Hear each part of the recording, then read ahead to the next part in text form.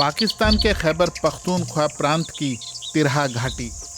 6 से 7 फुट लंबे इन पौधों को यहाँ कई लोग जिंदगी के पेड़ कहते हैं।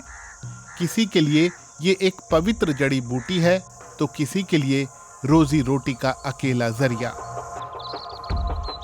बाकी लोग जो भी कहें, लेकिन तिरहा घाटी में भांग की अपनी अहमियत है। सदियों से लोग यहाँ इसकी खेती कर रहे हैं और इसका इस्तेमाल भी करते हैं। 44 साल के फजल नबी ने अपनी जिंदगी का ज्यादातर हिस्सा भांग की खेती और इसके व्यापार में गुजारा है।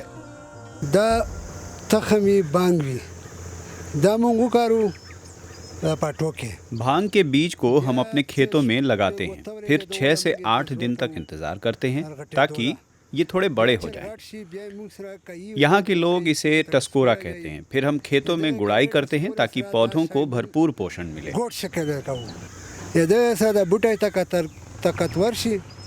पहले हमें खाद मिलती थी, लेकिन अब काफ़ी समय से खाद नहीं मिल रही है।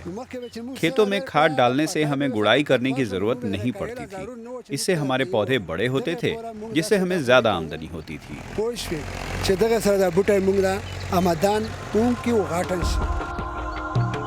भांग की फसल बारिश पर निर्भर है। यहाँ बर्फीले पहाड़ी इलाके में इसे उगाया जा रहा है। भांग के नर पौधों को खेतों से निकालकर बाहर कर दिया जाता है, क्योंकि उत्पादन के लिए मादा भांग अच्छी होती है। मादा पौधों के घने फूलदार तनों से ही चरस बनती है। इसकी फसल को बुआई से कटाई तक में 6 महीने का समय लगता है। फिर उसे सुखाने के लिए खुले आसमान के नीचे रखा जाता है।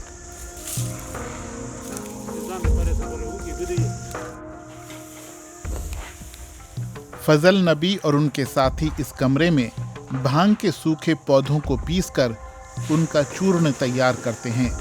यही चरस है।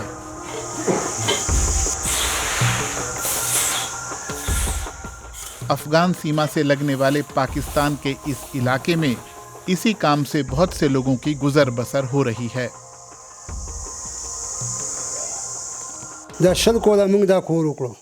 20 साल से मैं चरस बनाने का काम कर रहा हूँ, क्योंकि हमारे इस इलाके में कोई और काम है ही नहीं। यहाँ ना तो स्कूल है और ना अस्पताल जहाँ हम चौकीदारी करते, और ना ही यहाँ कारखाने और फैक्ट्रियाँ हैं। बस चरस के इसी काम में लगे हैं। निश्चित तौर पर दाना पानी तो अल्लाह ही देता है, लेकिन हमारी जिंदगी इसी रोजगार से चलती है।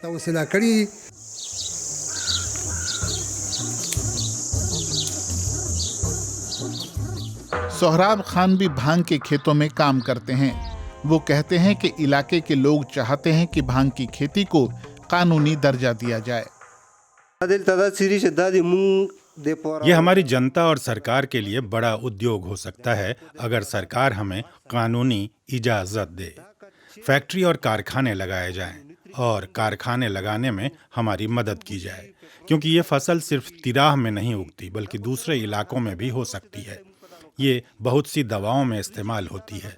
विदेशों में भी इसका निर्यात हो सकता है, क्योंकि वहाँ भी लोगों को ज़रूरत है।